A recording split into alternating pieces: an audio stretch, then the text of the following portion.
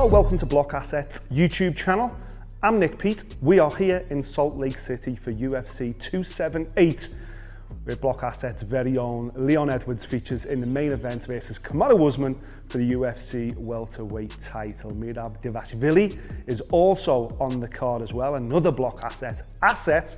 And don't forget, of course, if you haven't already, mate, you missed out. Leon Edwards' NFT collection sold out fast this week. Absolutely incredible. Blockasset, man, this is what we do. We connect fans with the athletes like nobody else.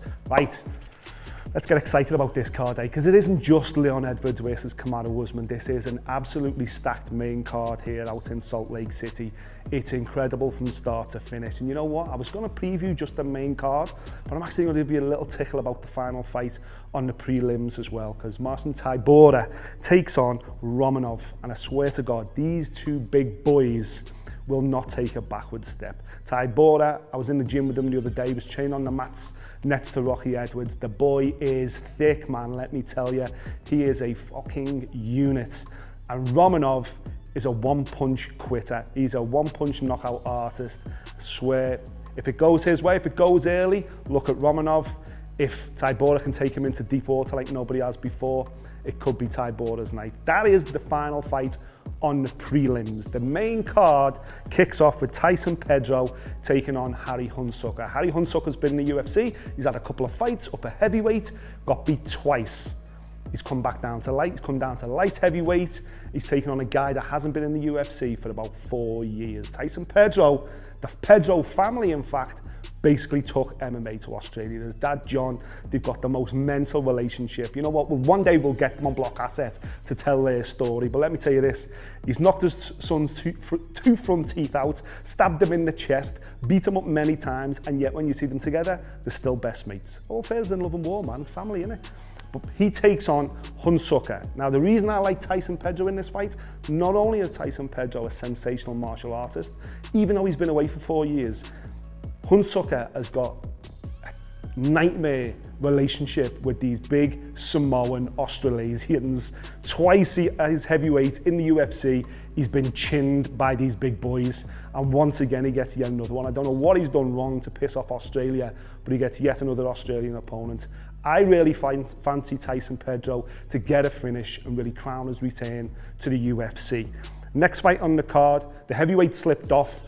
Weird one, 2 women fight, which has been moved up. Now, Wu Yanin has been in the UFC. She's had a couple of fights here now. Big reputation out of China, fantastic background in the sport, but really found the going tough in the UFC. I think she's had 4 fights, lost 3 on points, won 1 by submission, which is why she's probably still here, but she's lost her last 3 consecutively, so it's a big night for her.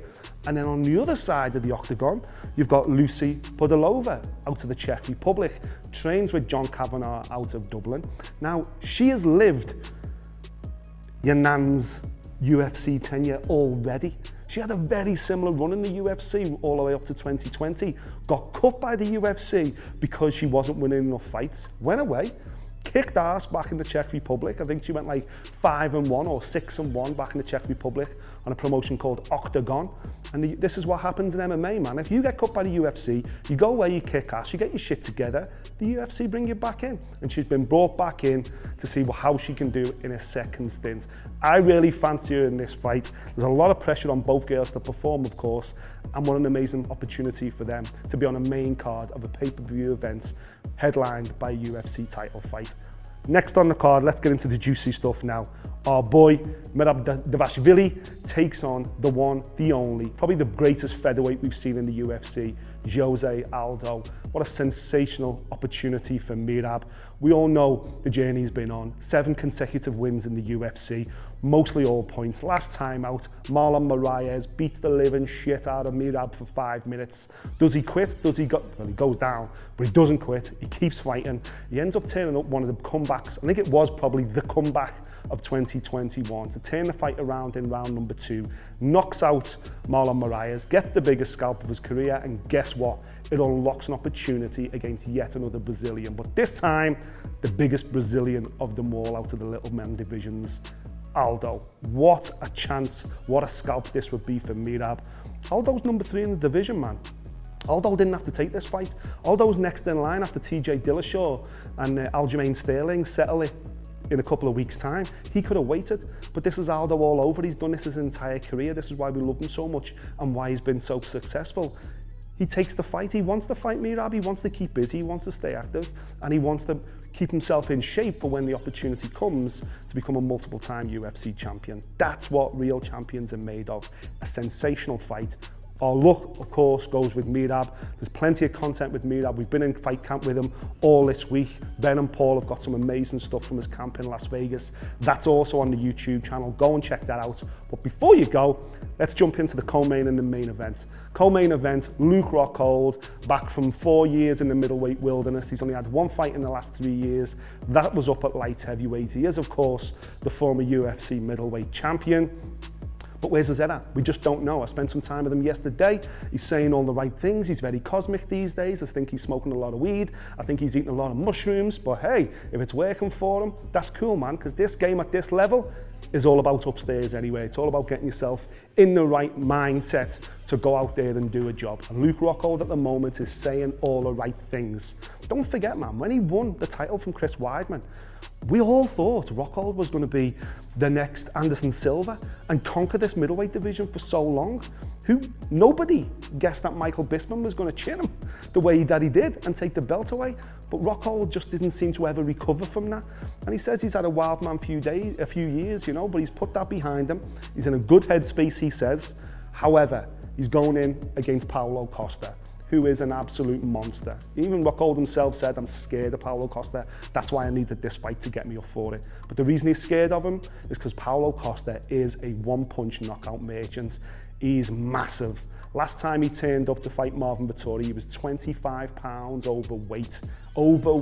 He's getting down to light heavyweight for him, getting down to middleweight, for him, is crazy. But the UFC said, right, that's it, you're done now, light heavyweight. And he said, no, I had an injury, please give me another chance. He's promised everybody he'll make 186, which is the non-championship weight, on Friday morning. I think he'll do it. He looks super lean anyway. And again, similar to Rockhold, speaking to him, he's in a good mindset, man. Yes, he's coming off a loss to Israel Adesanya for the title and the Marvin Vettori loss, but his head is clear, man. He's in a good space. He's cleared off. He's changed all his management setup. Listen, people criticise him because he's got his partner, his girlfriend now running his management side of things. But you know what? If the fighter's mind is clear and he's happy, that's a good thing. Let him crack on. At the end of the day, no one else can get in the cage with him anyway. That fight for me is going to be absolute flames. I think Costa, because he's been way more active and he's got the mentality really to get back to where he was before his failed title shot. You've got to go with Costa, but who knows with Luke Rockhold, man. On his day, he beats anybody at 185. Main event time, Leon. Hey, not only is he fighting for the UFC welterweight gold, but he's also taking on the pound-for-pound best fighter in mixed martial arts today. There's an argument there. Volkanovski's win over Max Holloway might have nudged him ahead, but for most people, Kamaru Usman is the best mixed martial artist on planet Earth in 2022. And that is the challenge that Leon Edwards has got. As long as the fight stays on his feet, of course, Leon has got a great opportunity. His hands are fantastic, his footwork is unreal. In a boxing, kickboxing match, he beats Kamaru all day. However, on the feet, Kamaru is a one-punch knockout artist himself. I feel like I've said that a few times on this show. His knockout of Jorge Masvidal, that clean right hand straight across the chin, was something incredibly special. Now, there's two ways to look at that. One, Kamaru's got his striking together. Listen, it was the jabs against Gilbert Burns, it was the left hook against Colby Covington, and it was the straight right hand against Jorge Masvidal. That for me shows a fighter who was adding to his game all the time. And don't forget, Kamaru Usman was at the Olympic Training Center when he was in his wrestling days. That is, you can't overshadow how big a thing is. That is the highest level of wrestling on planet Earth. You know what I mean? You leave the Russian or the American Olympic Training Centers, that's as good as grappling gets on this planet. And he was there, that's where he's been. He's always got that in his back locker. But right now, he loves his hands. And why shouldn't he? Because he's looked great with them. The other way to look at the big right hand knockout Masvidal though is a wrestling lobotomy. What if Usman now is so...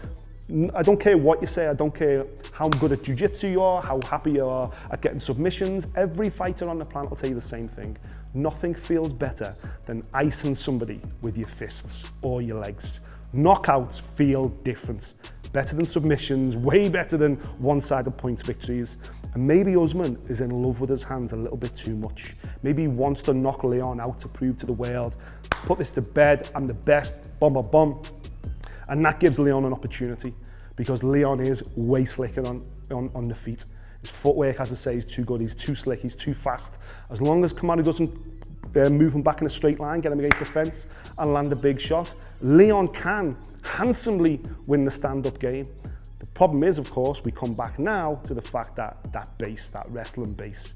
And once Leon starts slowing down and fatigue, and especially over a 5-round championship fight, rounds 4 and 5 are going to be incredibly tough for Leon Edwards, even if he's up on the scorecards, because we know Kamaru will pick you up and put you down every day of the week.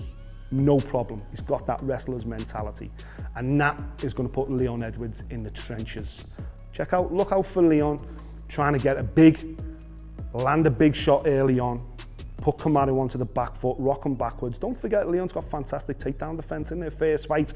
All Kamaru did was try to take him down, and Leon defended at least 50% of those takedowns. So it's not a foregone conclusion anyway.